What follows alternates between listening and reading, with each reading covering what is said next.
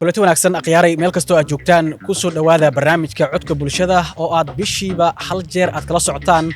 mareegaha ay internetka ku leedahay ururka suxufiyiinta Soomaaliyeed ee SJS iyo sidoo kale idaacadaha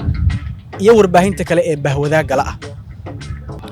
qaybtan ama xalqadii labaad ee barnaamijkeena waxaan ku soo qaadan doonaa sida aan wada ogsoonahay dhawaan wasaaradda haweenka iyo xuquuqda aadanaha ee dowladda federaalka Soomaaliya ayaa ku dhawaaqday in ay dhisayso guddiga xuquuqda aadanaha kaasi oo aan loo marin hanaanka sharciga ah. sidoo kale sanadkii tagay 2024 bishii Maarso xafiiska ra'iisul wasaaraha Soomaaliya ayaa shaaciyay 9 xubnood oo loogu yeeray in ay noqonayaan golaha saxaafadda qaranka. labadan tallaabo oo dowladda Soomaaliya qaaday waxa ka dhashay cambaareen iyo sidoo kale diidmo kuwaasi oo ka kala yimid golaha warbaahinta ama warbaahinta Soomaaliyeed iyo sidoo kale qaybaha kala duwan ee ururada bulshada rayidka ah. haddaba mawduuceennan waxa uu quseeyaa toddobaadkan maxaa qaldamay sidee tahay in loo dhiso labadan guddi muhiimad noocee ah ayay bulshada Soomaaliyeedna u leeyihiin. waa mawduuca barnaamijkeenan ee bishan waxaana barnaamijka ila qayb galaya abukaate Maxamed Sheekh Cismaan Saciid oo sidoo kale hore u soo noqday xeerlaaliyaha guud ee maamulka Jubbaland iyo sidoo kale waxa igala qayb galaya Xuseen Maxamed oo asna ah wariye iyo sidoo kale tababaro warbaahineed. labadaas ayaa barnaamijka igala qayb galaya ee ku soo dhawaada codka bulshada. waa idin soo dhaweynaya aan ku horumarno abukaate Maxamed Sheekh. ugu horeyn aniga iyo dadweynaha waxaad macluumaad kooban aad ka siisaa yacni labadan guddi xuquuqda aadanaha iyo golaha saxaafadda waajibaadkooda si kooban. bulbul horta waxay labadan arrin aad soo qaaday waa laba arrimo kala duwan. marka koowaad waa warbaahinta, waa golaha warbaahinta ee Soomaaliyeed. guddiga xuquuqul insaanka waxaa la yiraahdaa guddiga xuquuqul insaanka. midna waa guddi midna waa gole. magac ahaan sidaas uu sharcigu kala yaqaan. labo waxaan rabaa arrinta kale waxaa waaye guddiga xuquuqul insaanka waxaa lagu dhisay heer madaxweyne oo loo yaqaano sharci number 16. madaxweyne xasan sheekh tarimkiisii hore ayaa xeerkan la meel mariyay. xeerkaas wuxuu sheegayaa in la dhiso guddiga xuquuqul insaanka Soomaaliyeed. isla xeerkaas wuxuu tixraacayaa dastuurkii la ansixiyay sanadkii 2012 qodobkiisa 112B wuxuu sheegayaa iyo qodobka 41aad ee dastuurka. labadaas qodobba waxay ka hadlayaan in la sameeyo guddi xuquuqul insaan. sidaas daraadeed maadaama dastuurku uu yahay xeerarka ama shuruucda dalka sharciga ugu sarreeya ee laga dheegto shuruucda kale, waxaa la sameeyey xeerkii lagu aasaasin lahaa ee lagu dhisi lahaa guddiga xuquuqul insaan. isla dastuurku wuxuu sheegayaa isla xeerkanbo guddiga xuquuqul insaanka inay noqdaan 9 xubnood. 9kaas xubnood waxa uu leeyahay wuxuu sheegayaa xilalka ama awoodaha ay leeyihiin iyo labada gole marka laga hadlayo waajibaadka shaqooyinka qaban doonaan waa dareysanahay. waxaan rabaa inaan mid u dul istaago. midda koowaad ee xuquuqul insaanka ka bilaabo. xuquuqul insaanka wuxuu leeyahay waajibaad buu leeyahay. waajibaadkiisa wuxuu ku xusan yahay isla qodobka 6aad ee xeerka lagu dhisay. ودور الرمود ومدة كوادي إن الدراسات كسميان كحد جذب كحقوق الإنسان أما حقوق الآدمة الله بو إن بارتها سميان دبقل سميان عد كستا أما هالنقطة شخصيات أما النقطة هي ده الدولة أما هالنقطانو هي ده جارك اللي هي عد كستو أو كحد جذب كسميسا حقوق الآدمة إن بارتها كسميان labo saddex inay report ka soo saaraan warbixin ka soo saaraan warbixintaasina loo gudbiyo hay'adaha ku shaqada leh sida baarlamaanka isla xeerku wuxuu sheegayaa inay u gudbiyaan hay'adaha xuquuqda aadanaha ka shaqeeya ee ah ama kuwa goboleed ama kuwa caalami ah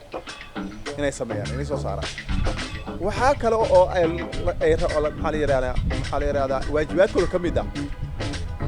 in had inay tagaan ama warbixin ka sameeyaan ama baaritaan ku sameeyaan dadka xiran ee maxaabiista ah kuwa xukuman iyo kuwa aan xukuneynba inay tagaan oo ay baaraan kor istaagaan dabagalaan sababta u dabagalaan waa maxay maxaabiistaas xuquuqdooda ma la dhooray la qof kasto xaq buu leeyahay maxbuuskan xaq buu leeyahay xuquuqdooda ma lagu xadgudbay mise waa la dhooray ma helaan caafimaad xaq caafimaad ma helaan حق النولش مهلان أنت مهلان نظافة مهلان إنه كرميران وحاك لتصارن جدجاس هدي أي باران أو صوب بحضو إن حد جرب حقوق الآدمة والله سمية فالدمبيات وكرشة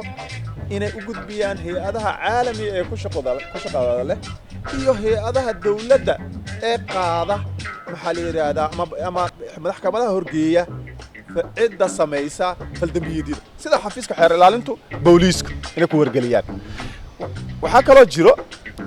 waxaad ogtihiin adduunyadu waxay leedahay hay'ado caalami ah oo adduunyada ka shaqeeya oo ilaaliyo xuquuqda aadanaha iyo waxa kale oo jiro maxkamad caalami ah ee qaada cid kasta oo ku xadgudubta xuquuqda aadanaha inay warbixintaas oo kale u gudbiyaan waajibaadkooda ay ka mid yihiin laakiin muhiimaddu waxa waaye guddiga waqti dheer dhowr sano marka laga soo tago burburkii kadib dawladii Soomaaliyeed ee laga yaqleelay laga soo bilaabo dawladii carta lagu soo dhis ilaa maanta Soomaaliya guddi xuquuqul insaan ma lahayn sanadkii hore ama teeramkii hore madaxweyne xasan sheekh ayaa xeerkiis la ansixiyay hadda xukuumadda hadda jirtana waxay soo saartay maxaa la yiraahdaa guddi oo ay golaha wasiirada horgeysay ilaa hadda meeshuu maraya marka waajibaadkaas waaye waajibaadkaasina gaab ka jiro ilaa maanta Soomaaliya qof walba waxay gar kartaa ama warbaahinta Soomaaliyeed ina maalin walba uu dhaco ku xadgudub xuquuqda aadanaha marka waxa maqan hay'adii ku shaqada lahayd baaran inkastoo ay booliisku shaqada hayaan xafiiska xeer ilaalintu hayaan laakiin guddigan waa guddi muhiim ah dawladaha caalamka intooda fara badan leeyihiin shaqooyinkaas iyo waajibaadkaas leh marka waa guddiyaas waxa la guddiga xuquuqul insaanka iska kala saxaafada asagna waxa lagu dhisay xeer kale ee la yiraahdo xeerka saxaafada qodobkiisa 14 ay wuxuu sheegayaa golaha warbaahinta la dhiso golahaas warbaahinta waxay meelaha ka imaanayaan waa la yaqaanaa oo si cad buu u sheegayaa waxay ka imaanayaan ururada bulshada ururka qareennada Soomaaliyeed hal xubin ka imaanayso guddiga xuquuqul insaanka waxa ka imaanayso xubin iyo xubnaha kale iyo waxa saddex xubnood waxa ka imaanaysaa ururka maxaa la yiraahdaa warbaahinta Soomaaliyeed ama saxaafadda Soomaaliyeed ee madaxa bannaan marka dawladdu xaqeedu waxa ka imaanayo oo kaliya ninka ka socda guddiga xuquuqul insaanka oo ka tirsan shaqaalaha dawladda ee dadka mushaarkiisu inta kale oo dhan waxay ka imaanayaan hay'adaha ama ururada bulshada rayidka qareennada iyo maxaa la yiraahdaa warbaahinta marka dhismaha marka la dhisaayo dawladda Soomaaliyeed waa inay u martaa habraaca oo sharci tilmaamayo guddi kasta ama gole kasta oo aan loo marin habraaca sharciga wuxuu noqonayaa sharcigaas sharci ama golahaas wuxuu noqonayaa gole ku asaasmay si sharci balmarsan gole xeerka saxaafadda isagana waa xeerka wax ka bedelka lagu sameeyay dawladii madaxweyne Maxamed Cabdullaahi Farmaajo sharcigiisa sharci waxa la yiraahdaa number 26 xeerkaas qodobkiisa 14 waajibaadkoodina waa wax ka waxaa waaye inay arrimaha khilaafaadka warbaahinta dhexdiisa kale ay xalliyaan warbaahinta ay ruqsadaha siiyaan iyo wariyaasha iyo hay'adaha warbaahineedba iyo inaa arrimaha warbaahinta Soomaaliyeed ay maamulaan golahaas dawladdu ay si madax bannaan ay u maamulaan dawladuna faragelin sidoo sharci tilmaamay lama fargelin karo waayo warbaahintu waxay ka mid tahay hay'adaha madax bannaan ee maxaa la yiraahdaa xor oo ah waxa ay qorayaan waxa ay sheegayaan waxa u hoggaansamayaan oo kaliya waxay ilaalinayaan sharciga dalka wax kasto sharciga u siinayo inay maxaa la yiraahdaa inay ka hadlaan awood u siinayaan way ka hadli karaan wax kasto sharciga mamnuuc way maxaa la yiraahdaa waxaas way ka joogayaan ama waxaas ka reeboon laakiin dawladdu kuma fargeli karto ma faafreebi karto faafreeb kuma sameey karto arrimaha saxaafadda iyada u madax banaan cidda dhowreysine waa golahaas mararka qaarkood adduunyada casriga waxa la yiraahdaa wasaaradda warfaafinta looma baahnaba wasaaradda warfaafinta haddaad maqasho waxaa laga dhaxlay wadamadii diktatoriyadda wadamadii maxaa la yiraahdaa inqilaabida ka dhaceen wadamadii ciidamada ay inqilaabeen ayaa laga dhaxlay ma ahaba wasaaradda warfaafineed inay wadamada dimuqraadiga oo sharci u taliyo inay jirto ma warbaahinta ilaa hadda warbaahin xirfad leh sharci u hoggaansanto golahaasina ay maamulaan oo ruqsad siiyaan horta sida sharci loogu tagalay iyo sida caalamku u shaqeeyo waa sidaas labada gudiyaas iyo golahaasina sidaas ay ku kala duwan midna sharci madax bannaan ma jire sharciga warbaahinta qodobkiisa saxaafadda qodobkiisa 14 baa lagu asaasay midna xeer baa lagu dhisay oo ah xeerkii number 16 sidaasaan u kala yihiin oo shaqooyinkaas sidaasaan u kala qabtaan waa mahadsantahay abukaate dib aan kugu soo laaban doonaa Xuseen marka aad fiiriso ahmiyadda ay leeyihiin labadan gudi shaqada la doonayo inay qabtaan haddana marka aad eegto yani shakhsiyaadka ka soo muuqday maxaa kaaga baxay adiga ahaan ka wariye ahaan maxamed aad oo mahadsantahay abukaataana oo madciinaya labada shaqo labada guddiga iyo golahaba waxaa laga rabay horta inay noqdaan guddi iyo golo madax bannaan laakiin annaga walaac badan noo muuqda sababtoo ah xubnaha hadda golaha warbaahinta lagu arkay badankooda waxay ka imaadeen sida suxufiyiinta ku andacoodeen ama maxaa la dhahaa ururada u dooda xafiiska ra'iisul wasaaraha hadda talada haya xamse cabdi barre golahan maxaa la dhahaa xuquuqul insaanka guddiga xuquuqul insaankana hadda waxaaba ka mid ah afhayeenkii ra'iisul wasaaraha ayaa ka mid ah dadka guddigaasi ku jira qaabka loo maray guddigaasi dadka loo xulay qaabka xulashadana qaab sax ma ahayn sababtoo xuquuqda maxaa la guddiga xuquuqul insaanka qaabka loo dhisay heerarka caalamiga marka la fiiriyo sida Paris Principles oo kale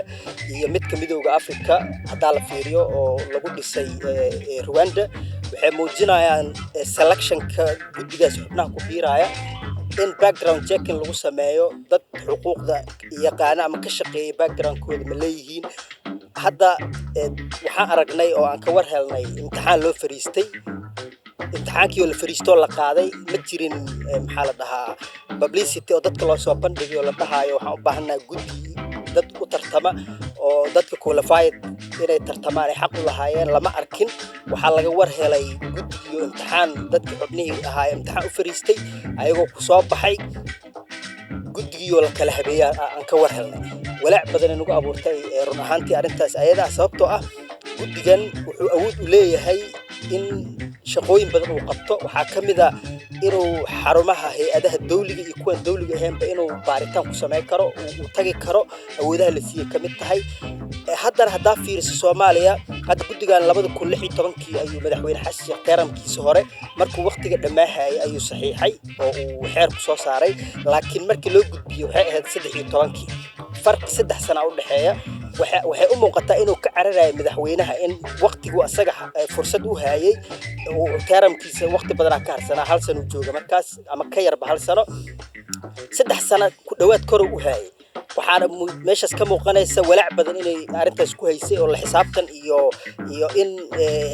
tacadiyadii xuquuqul insaanka dhici lahaa in isla xisaabtan laga yeesho inay laga baqaya ka muuqata mar kale hadda madaxweynaha guddiga waxaa la dhisay asoo gabagaba ah hal sana uga harsan weliba 9 bilood wax ku dhawaada ka hara teeramkiisa wuxuu ku soo aadiyay dhammaadkuu ku soo aadiyay haddana walaac badanaa meeshaas ka muuqda maxamed oo mar kasta madaxweynaha xafiiska jooga wuu iska ilaaliyaa guddiga xuquuqul insaanka inuu noqdo guddi madax bannaan oo asaga la xisaabtami kara haddana waxaa lagu soo aadiyey labada jeerba mar waqti kasii dhammaanaya marka shaki badanaa meeshaas ka muuqda qaabka lagu soo xulo walaacan ka qabnaa lafteeda waxaana codsan lahayn in lagu laabto waana lagu laaban karaa in lagu laabto dhowr jeera dalalka qaar lagu laabtay cabashooyin marka laga keenay golaha warbaahinta laftiisa awoodo badan uu leeyahay maxamed wuxuu awood u leeyahay inuu ku siiyo aqoonsi ama ku diiwaan geliyo saxafigii aan loo baahnayn waxaa laga laaban karaa aqoonsiga ama saxafiga credit maxaa la dhahaa critic ah oo dowladda dhaliila ama la xisaabtama ama fatasha oo soo bandhiga tacadiyada iyo dhibaatooyinka xukuumadda ka dhexdhacaya qofka soo bandhiga in lagala laaban karo awoodaha kale leeyahay waxaa ka mid ah inay cabashooyinka qabtaan cabashaa lagaa soo gudbi karaa qof aadan ku kalsooneen dacwo inuu ku qaado dhibaata kaaga imaanaysa xubnaha hadda ku jirana wariyaashu kuma kalsoona maxamed dhibaatooyin kale taas ka mid ah waxaa kale awood u leeyihiin tababaro iyo inay bixiyaan maxaa la dhahaa aqoon kororsi marka qof aadan adiga aqoonin halkuu ka yimid ama saxaafadda aysan ku kalsooneen inuu golahaas hogaamiyo annaga waxaan u aragnaa arrin khatar ku ah madax bannaanida saxaafadda Soomaaliyeed dhibaato badan ka dhalanaysa xuriyatul qolka Soomaaliya aad u yar waa ka war haynaa sanadkan kaliya SJS report inay soo saarta daafiirsid iyo ururada kale saxaafaddu dooda aad iyo aad ay u badan tahay saxafiyiinta la iska xiranayo maxamed oo xabsiyada la geeyo weliba hal xabsiya la sheegaa hadda in wariyaasha la geeyo xamar jajab xabsi ku yaala ayaa saxafiyiinta hadaa laga qabto kaaraan waa lagu soo wadaa xamar jajab lagu xiraa hadaa laga qabto waa beri waa lagu wadaa xamar jajab lagu keenaa sababtana waa fahmi waayeen saxafiyiinta oo dhan saldhig gaar inay u tahay ayay u muuqataa sababtoo adoo waa beri jooga hadaa lagu xiro xamar jajab lagu qaadaa hadaa cabdicasiis laga soo xir xamar jajabtii lagu qaada taas lafteeda waxay u baahan tahay in la fiiriyo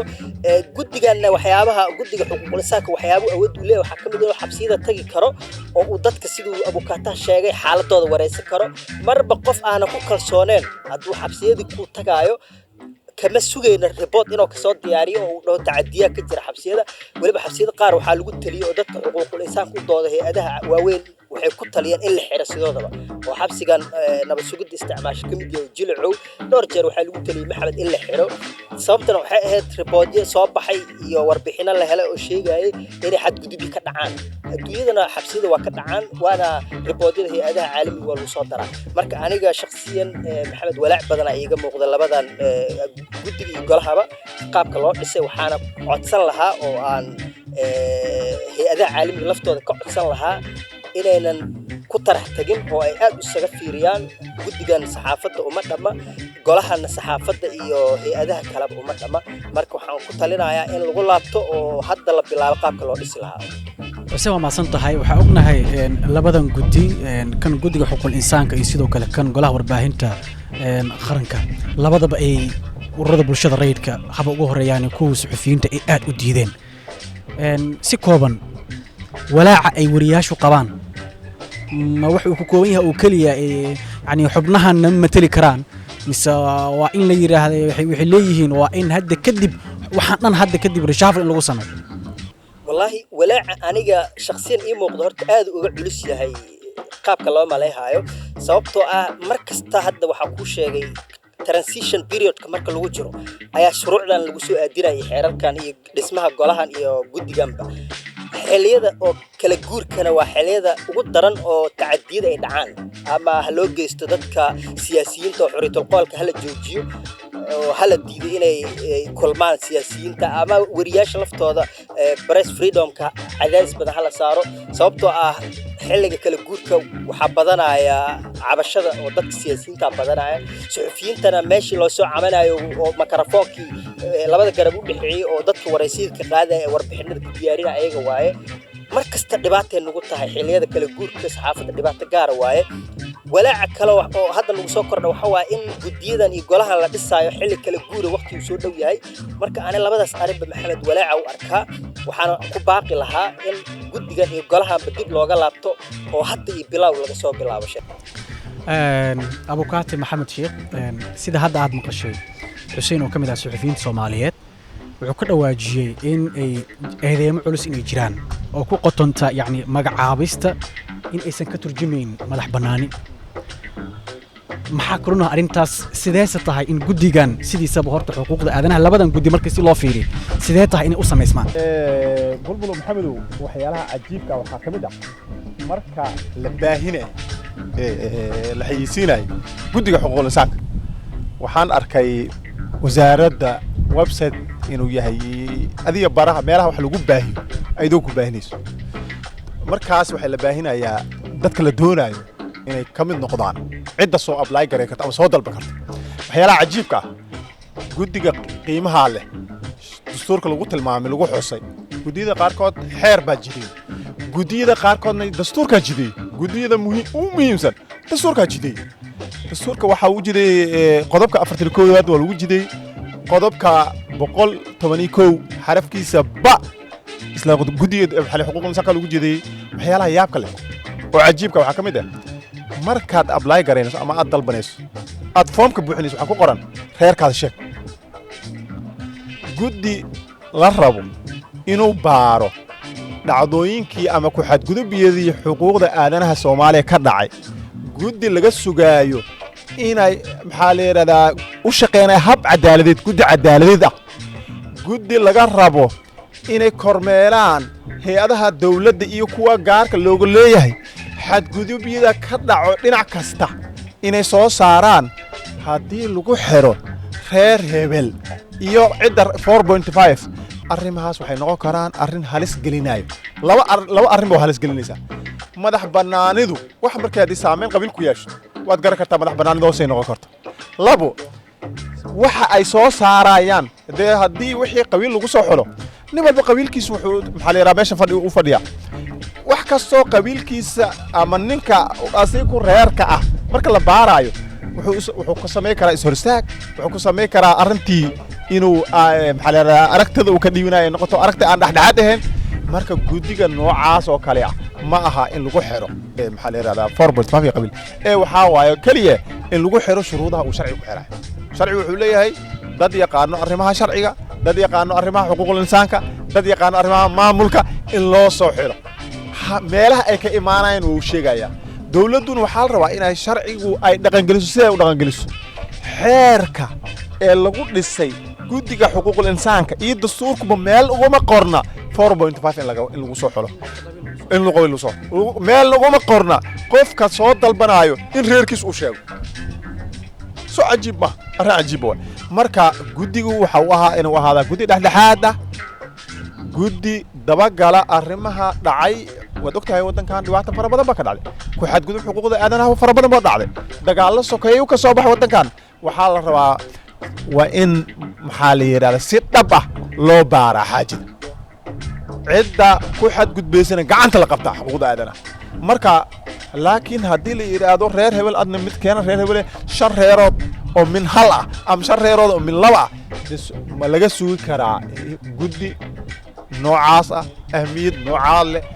lana rabo inuu baaro hay'adaha dawladda iyo dad hay'adaha gaarka loo leeyahay iyo dadka caadiga ah iyo xuquuqda inuu soo rabad garay marka horta arrintaas waxay ahayd arrin cajiib ah labo dadka ee la soo xulay ma yihiin dadkii wahlaha aydan wax wala dhigi kara oo waxay u baahan yihiin ani xubnaha ma aqaano dad aan saaxiibo kor ka aqaano ay ku jiraan laakiin siifiyoodii waxay soo barteen akhlaaqdoodii shaqadoodii maanta wax kama sheegi karo laakiin waa wax la ogaa karo labo waxay kaloo ahayd muhiim ah u arkaa dadka ka shaqeeya hay'adaha dawladda inay ka madax bannaanadaan arrintaas waxa u arkaa arrin muhiim ah oo dadka sida uu sharci u tilmaamayo laga keeno guddi xuquuqul insaanka kala meelaha uu tilmaamayo in laga keeno sida sharci u tilmaamayo habraac hufan in loo maro laakiin haddii ay shaqaalihii dawladdu ku biiraan waad garan kartaa meel aad shalay ka soo shaqaynaysa oo aad mushaar ka qaadanaysa oo ay asxaabtaadii joogto saaxiibadaadii joogaan dadkii madax ku ahaa ay joogaan si aad u baarto aad report sax aad ugu soo saarto way adag tahay horta kaas waa kaa waxaa kaloo cajiib ah iyadana waxaan mar horena waa soo sheegay wax kastoo la sameynay tilaabo kastoo la qaaday system dawladnimo marka la shaqeynayo waxaa la maraa habraac uu sharci tilmaamayo kama leexi kartid sida uu sharci u tilmaamayo ilaa si dawladnimo ka shaqeynaynaay guddiga ama golaha warbaahinta ee golaha xafiiska ra'iisul wasaaruhu ay soo bandhigeen ama golaha wasiiruhu laga meel mariyay wuxuu leeyahay 3 xubnood waa inay xubnaha qaarkood ka yimaadaan guddiga xuquuqul insaanka maanta waxaa cajiib leh golihii wasiiradoo dhammaa ee Soomaaliyeed oo weliba qayb ka yahay xafiiska garyaqaanka oo arrimaha sharci u qaabishan guddi xuquuqul insaan oo aan dhisnayn in golaha warbaahinta lagu dhawaaqo waxaa su'aasha isweyd su'aasha muhiimka waxaa waaye guddi xuquuqul insaanka xubnihiisii ma dhisnayn halkii laga keenay sharci wuxuu sheegayaa guddi xuquuqul insaanka inay ka ahaadaan qayb ka ahaadaan inay xubnaha qaarkood ka yimaadaan ma dhisnayn halkii laga keenay waxaa kaloo dood ka jirtaa bulshada rayidka ma dhisan tahay si sax ah ma dhisan tahay ayay nafka dood kale taagan waa golaha warbaahinta Soomaaliyeed ururada warbaahinta Soomaaliyeed ma midaysan yihiin golo warbaahin midaysan ururada ay midaysan yihiin ma yihiin labo xubnaha ka imaanaya warbaahintu ma loo madax banay mise dawladdu ayada intay 3 wari iskaga yeertay ku darsatay dawladdu uma yeeri karto 3 xubnood oo wari ah oo ma dhigi karto waxaad ka tirsadii golaha waxay ahayd ururka warbaahinta Soomaaliyeed ee qaranka warbaahinta Soomaaliyeed in loo daayo 3 xubnood ay soo xolaan marka sida uu sharci u tilmaamay uu kala horeeyaan ayaa loo raacaya marka hore waxay ahayd guddiga xuquuqul insaanka in la dhiso kadibna golaha warbaahinta la dhiso si ay ugu yimaadaan maxaa la yiraahdaa guddiga xuquuqul insaanka xubnihiisa imaalaha guddi dhisan ay ugu yimaadaan waxaa la mid ah golaha adeega garsoorka ama golaha sare ee garsoorka xubin ka mid ah waxay ka imaanaysaa guddiga xuquuqul insaanka lama dhisi karo golaha adeega garsoorka iyo guddiga xuquuqul insaanka la helin dawladdu waxba ugama duguna hadda idoo tiray golaha waxaan dhisaynaa garsoorka oo ay xubnuhu qaarkood ka imaanayaan xuquuqul insaanka guddiga xuquuqul insaanka marka hore waxaa guddiga xuquuqul insaanka la dhiso sidaas golaha adeega garsoorka loo dhisi karaa golaha warbaahinta Soomaaliyeedna loo dhisi karaa sidaas uu tilmaama qodobka 16aad ee xeerka saxaafadda Soomaaliyeed sidaas uu si cad u tilmaama marka xukuumadda ee hadda jirto ee inta isu timid ee golo warbaahin dhistay soo lama dhihi karo soo si cad uma jabinayaan qodobka 16aad ee xeerka saxaafadda Soomaaliyeed marka Soomaalidu waxay tiraahdaa nirag hal xaraama ninka nirag xalaal marisho haddii guddiyada iyo golaha ay shuruucda tilmaamayaan procedure-kooda sax ah loo marin meelaha ay ka imaanayaan si sax loo marin ma noqon karaan guddi sax ah shaqadii la rabine ee looga fadhiyo sharci tilmaamayna ma guda karaan labo intaas waxa dheer sharciyan waa la duri karaa sharciyan waa la duri karaa sidaas darteed ani waxa qabaa inaan maxaa la yiraahdaa xukuumaddu tan hadda jirta iyo kuwa soo socdaaba ayaga loo dhaari markii dhaarinayeen ra'iisul wasaaraha iyo xukuumaddiisa iyo madaxweynuhu waxay ku dhaarteen doorana shuruucda dalka dib hal fiiri muuqaalada qaarkood inta erayas waa ku jira doorana shuruucda dalka waa maxay xeer kasto dhaqanka la wadankan uu leeyahay qodob ayaan u ilaalinayaa kuma xad gudbi kartid sharci oo dhameystiran kuma xad gudbi kartid qodobka midna kuma xad gudbi kartid marka sidaas darteed waxa waaye golaha warbaahinta marka la dhisaayay habka loo maray marka loo eego qodobka 16aad ee xeerka saxaafadda Soomaaliyeed